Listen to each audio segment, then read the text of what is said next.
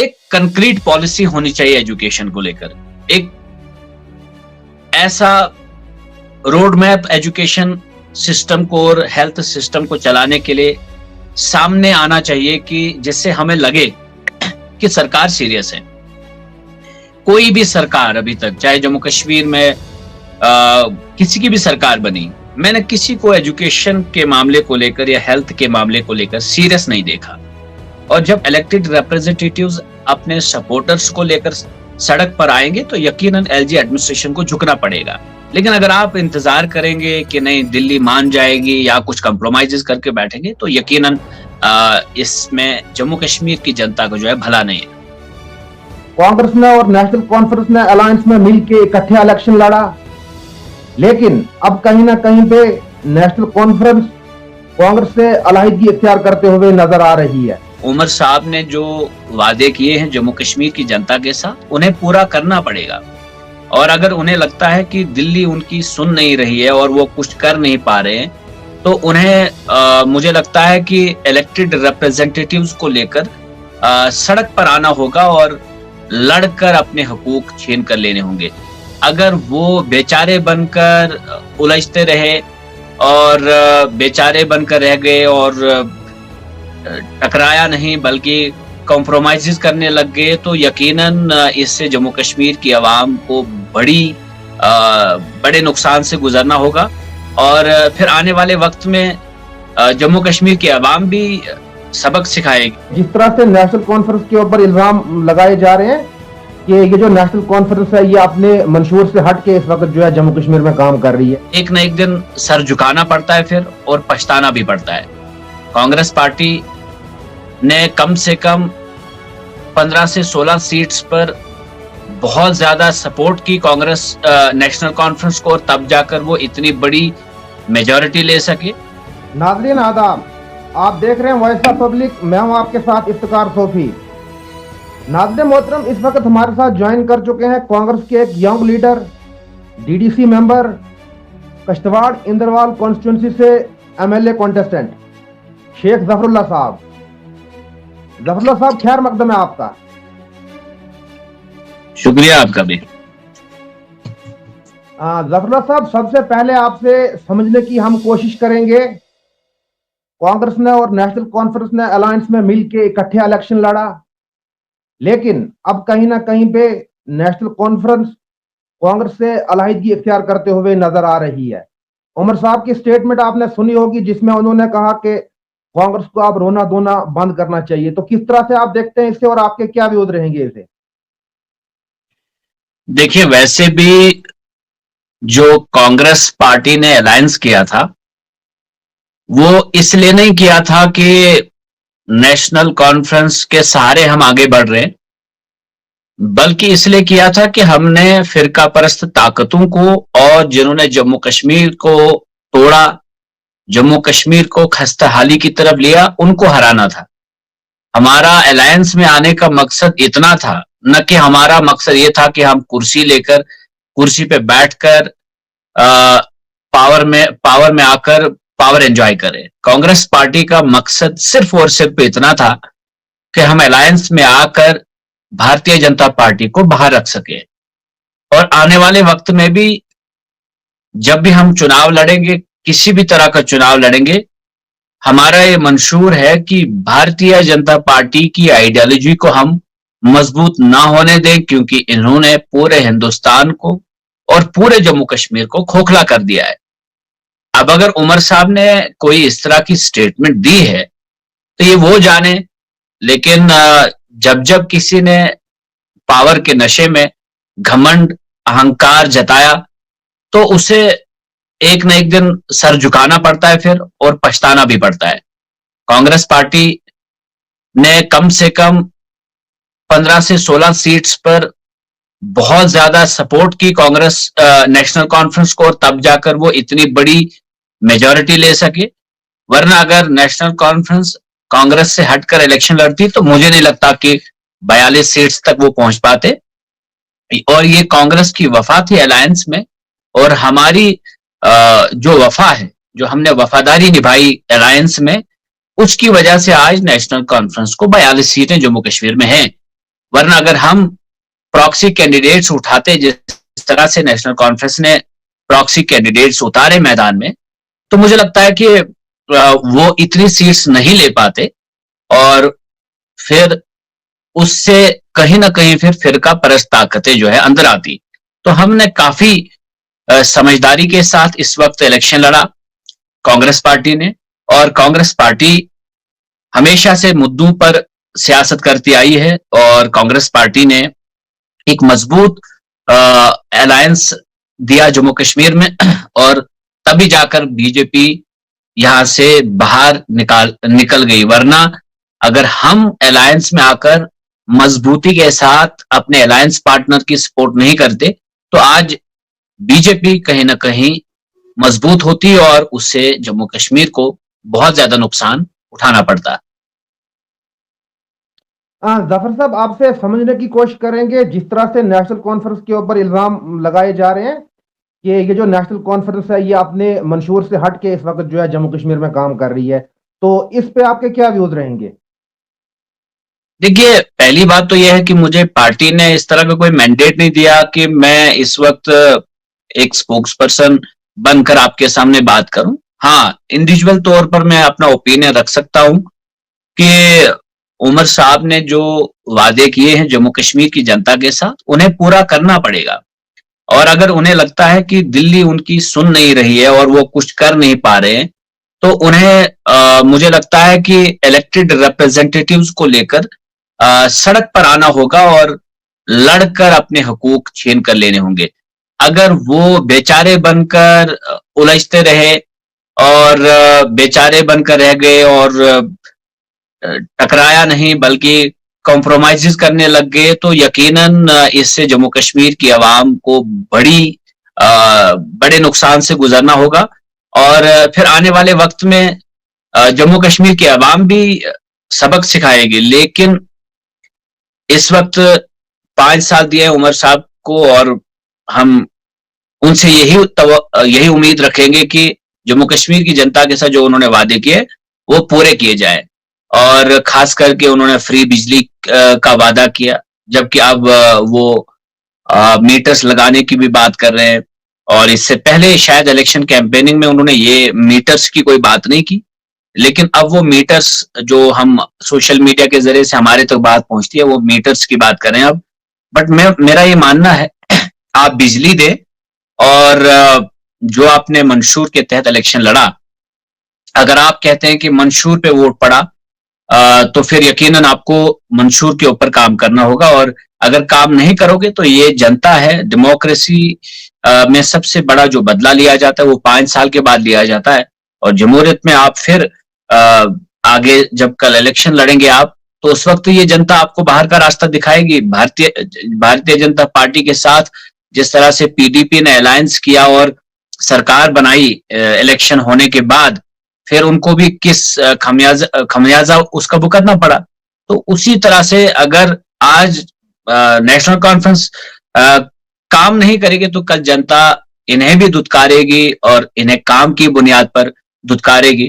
तो मुझे लगता है कि उमर साहब को बड़ा ही ऑनेस्ट होकर ये कहना पड़ेगा कि अगर उन्हें रुकावट आ रही है सेंटर, तो उन्हें अकॉर्डिंगली पब्लिक के सामने अपनी बात रखनी होगी। और अगर सेंटर रुकावट बन रही है, तो फिर उन्हें सड़क पर आना होगा, और सड़क पर बैठकर एहतजाज करके, जिस तरह से दिल्ली में मैंने देखा, और उसी तरह से यहां पर भी प्रोटेस्ट कर सकते हैं इलेक्टेड रिप्रेजेंटेटिव्स। और जब इलेक्टेड रिप्रेजेंटेटिव्स अपने सपोर्टर्स को लेकर सड़क पर आएंगे, तो यकीनन एलजी एडमिनिस्ट्रेशन को झुकना पड़ेगा। लेकिन अगर आप इंतजार करेंगे कि नहीं दिल्ली मान जाएगी या कुछ कंप्रोमाइजेस करके बैठेंगे, तो यकीनन इसमें जम्मू कश्मीर की जनता को जो है भला नहीं है। जफर साहब, आपसे समझने की कोशिश करेंगे, हमारा निज़ाम तालीम, निज़ाम सेहत जिस तरह से जो है दरम बरम हो चुका है, हमारे स्कूलों की जो हालात है वो खराब है। उसके साथ साथ में हॉस्पिटल्स हमारे पास हैं, सब सेंटर्स हैं, हमारे पास पीएचसीज है, लेकिन बड़े अफसोस के साथ इस वक्त कहना पड़ रहा है कि हमारे पास डॉक्टर्स मौजूद नहीं है। तो निज़ाम तालीम और निज़ाम सेहत पे आपके क्या व्यूज रहेंगे? देखिए, सबसे पहले मैं यही कहना चाहूंगा कि कोई भी हुकूमत बने, एक कंक्रीट पॉलिसी होनी चाहिए एजुकेशन को लेकर, एक ऐसा रोड मैप एजुकेशन सिस्टम को और हेल्थ सिस्टम को चलाने के लिए सामने आना चाहिए कि जिससे हमें लगे कि सरकार सीरियस है। कोई भी सरकार अभी तक, चाहे जम्मू कश्मीर में किसी की भी सरकार बनी, मैंने किसी को एजुकेशन के मामले को लेकर या हेल्थ के मामले को लेकर सीरियस नहीं देखा। और मैं खुद एक पढ़ा लिखा नौजवान हूं, और मैं ये बार बार कहता हूं कि अगर मैं अलीगढ़ पढ़ने नहीं गया होता, अगर मैं जेएनवी डोडा में नहीं पढ़ा होता, और अगर मैं अनपढ़ होता, तो शायद मैं भी सियासत में आकर इतनी छोटी उम्र में इतने बड़े मकाम तक नहीं पहुंचा होता। पढ़ लिख कर ही आप अच्छे इंजीनियर बन सकते हैं, पढ़ लिख कर ही आप अच्छे प्रोफेसर बन सकते हैं, अच्छे डॉक्टर बन सकते हैं, अच्छे पॉलिटिशियन बन सकते हैं, अच्छा बजट बना सकते हैं, अच्छी पॉलिसी बना सकते हैं, अच्छा कानून बना सकते हैं, अच्छा इंसान बन सकते हैं। ये तो कुरान भी है कि कुरान में तो इल्म को नूर कहा गया है, और जब इल्म से हमारी कौम, हमारा जम्मू कश्मीर दूर हो तो यकीनन उसमें हम सब का नुकसान है। यकीनन इल्म का समंदर जो है, अगर इसमें हम गोताजन नहीं हुए और इल्म के समंदर से अगर हम महरूम रहे, तो यकीनन हमारी नस्लें जो हैं इसका खमियाजा भुगतेंगी। और मुझे लगता है कि एजुकेशन सिस्टम जिस तरह का भी चल रहा है, हमने सिर्फ एक चीज देखा कि विंटर सेशन, वही बताया गया कि भाई चेंज हुआ, सेशन चेंज कर दिया गया। ये सेशन चेंज हो ना हो, इससे कोई फर्क नहीं पड़ने वाला। फर्क तब पड़ेगा जब आप स्कूल्स में टीचर्स देंगे। अगर मैं इंदरवाल कॉन्स्टिट्यूंसी की बात करूं, मतलब 40% स्टाफ भी हमारे स्कूल्स में नहीं है। Almost all schools in Inderwal constituency, बीएड छात्रों, बीएड मुगल मैदान, कैशवान, बोंजवा, मड़वा, वार्ड 1, जहां जहां पर भी आप हाई स्कूल्स देखेंगे, हायर सेकेंडरीज देखेंगे, कॉलेजेस देखेंगे, सब के सब इदारे जो है अंडर स्टाफ हैं। सकीना इतू साहिबा इस वक्त एजुकेशन मिनिस्टर हैं और नई सरकार है। मुझे लगता है कि एजुकेशन डिपार्टमेंट ही एक ऐसा डिपार्टमेंट है जहां अभी उतना ज्यादा एलजी इंतजामिया का इंटरफेरेंस नहीं हो सकता है, लेकिन वहां पर रिफॉर्म लाने की जरूरत है। वहां पर एक्सपर्ट्स को बुलाकर, उनको बिठाकर, उनसे मशवरा लेकर एक अच्छी पॉलिसी कि हम कैसे गवर्नमेंट स्कूल्स को बेहतर बना सके, इस पर पूरा रोड मैप बनाकर सामने लाया जाना चाहिए। और उसी तर्ज अमल पर फिर जम्मू कश्मीर के स्कूल्स चलने चाहिए। प्राइवेट स्कूल्स जो इस वक्त लूटमार भी कहीं किसी किसी जगह कर रहे हैं, जो बड़े बड़े कॉन्वेंट्स हैं, छोटे छोटे जो प्राइवेट स्कूल्स है वो तो खैर फीस लेते हैं और वहां कई सारे लोगों को एम्प्लॉयमेंट भी मिलती है, लेकिन जो बड़े बड़े कॉन्वेंट्स हैं जहां पर लाखों के हिसाब से फीस ली जाती है, उन पर दबाव आ जाता है। वो जब आप गवर्नमेंट स्कूल्स को ठीक करते तो लोग प्रेफर करते कि अपने बच्चों को गवर्नमेंट स्कूल में भेजें, लेकिन अफसोस यह है कि गवर्नमेंट स्कूल से निकाल कर बच्चों को प्राइवेट स्कूल्स में भेजा जा रहा है। वो इसलिए क्योंकि सरकार नाकामयाब साबित हुई है। खुद सोचिए, सरकार के पास खजाना होता है, पैसा होता है, अनलिमिटेड फंड्स होते हैं, रेवेन्यू होता है, 1000 सोर्सेज होते हैं रेवेन्यू जनरेट करने के। अगर सरकार एजुकेशन पर ध्यान देगी, मजाल है कि कोई प्राइवेट स्कूल डोमिनेट करेगा, लेकिन ये बदकिस्मती है कि ना ही हमारे पास स्कूल्स में बिल्डिंग्स हैं, ना ही हमारे पास ग्राउंड्स हैं, ना ही हमारे पास एक्सपर्ट टीचर्स हैं, ना ही गाइड्स हैं, ना ही लैब्स हैं, ना ही ग्राउंड्स हैं, ना ही स्पोर्ट्स का कोई कल्चर है। यानी कि ओवरऑल जो है स्कूल्स की बड़ी खस्ताहाली है। और यही हाल है जो हॉस्पिटल्स हैं।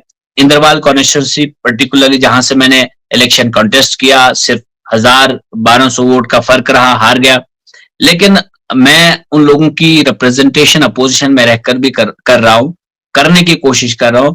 इंदरवाल कॉन्स्टिट्यूंसी में चाहे मैं कहीं पर भी चला जाऊं, हर जगह शिकायत आ रही है कि हमारे पास हेल्थ सेंटर नहीं है। दूर दूर गांव, जैसे मुगल मैदान में क्वाट की बात करेंगे, अगर जुगना बालना हमारे साइड यहाँ केशवान में पड़ता है, इसी तरह कित्थर में जो बोंजवा इलाके में और भी कई सारे ऐसे गांव हैं, बोंजवा में, मड़वा में, वार्ड 1 में कई सारे ऐसे गांव हैं जहां पर हेल्थ सेंटर होना चाहिए, क्योंकि बर्फीले इलाके हैं, विंटर में इनको मूवमेंट करना भी बड़ा मुश्किल हो जाता है, कहीं रोड कनेक्टिविटी नहीं है। तो अगर उनके गांव में हेल्थ सेंटर होगा, फिर उस हेल्थ सेंटर में मेडिसिन भी पहुंचाई जाती होंगी और फिर वहां स्टाफ भी होगा, तो लोगों की आसानियां होंगी उनके लिए। लेकिन बदकिस्मती से कि कोई भी सरकार अभी तक सीरियस नजर नहीं आई, ये सरकार भी अभी तक इन मामलात को लेकर सीरियस नहीं है, और यही वजह है कि अभी इंटरनल डिस्प्यूट भी आगा रउल्ला वर्सेस उमर साहब के बीच में चलने लगा। और अल्लाह करे कि ये जो जम्मू कश्मीर के जो दुश्मन है, चाहे वो बीजेपी या और उनके साथ मिले हुए लोग, उनको इसका फायदा ना उठा वो इसका फायदा ना उठाएं।